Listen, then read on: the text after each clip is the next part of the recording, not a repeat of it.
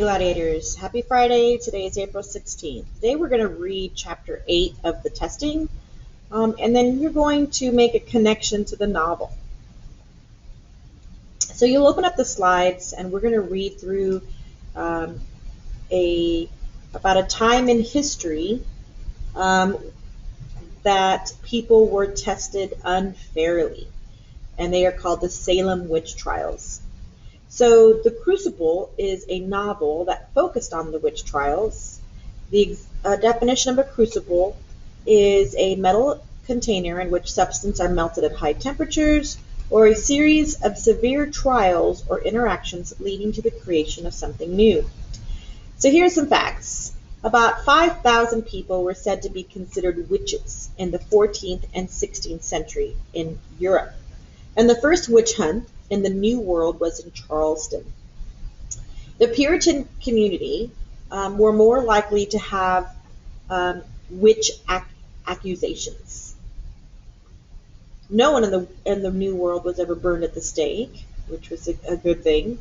But John Winthrop is the first group of English Puritans in Massachusetts Bay in 1630. They left England because they were persecuted because of their religion. And they felt like theocracy was the right way to run a government, which combined laws from the church and the state. So The Crucible is a fictionalized version of the real events that occurred during this time. So people who were accused of witchery were tied up, and then they were thrown into water.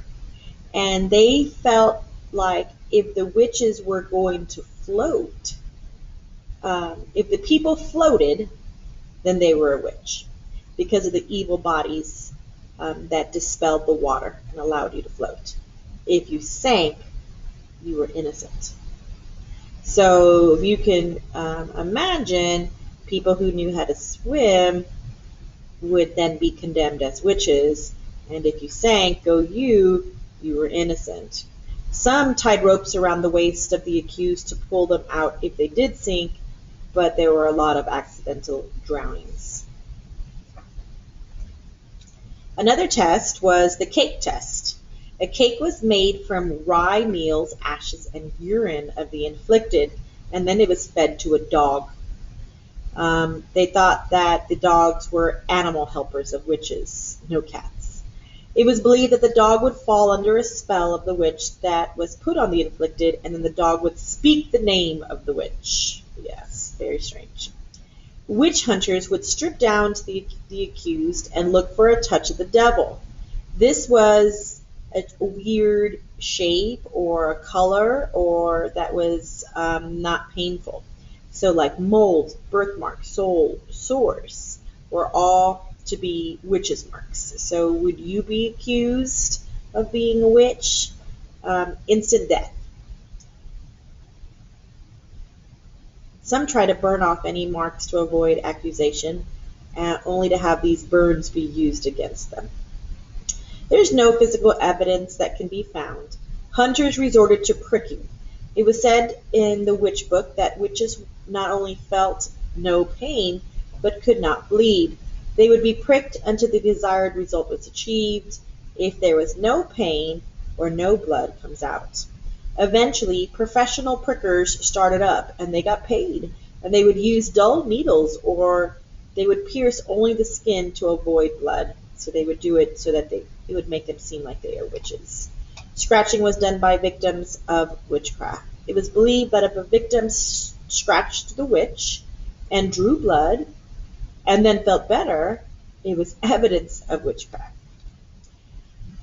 So, what similarities can you find between this novel of these tests and the testing so far? So you're going to give me 3 examples from the novel that are similar to these unfair tests that they imposed upon supposedly witches. And then submit. There is a discussion post after you read chapter 8.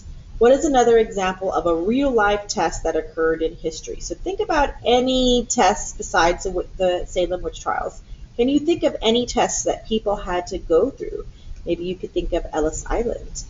Maybe that's an example of a real life test that people had to endure in history. And that's all I have for you today. I hope you have a wonderful weekend, gladiators.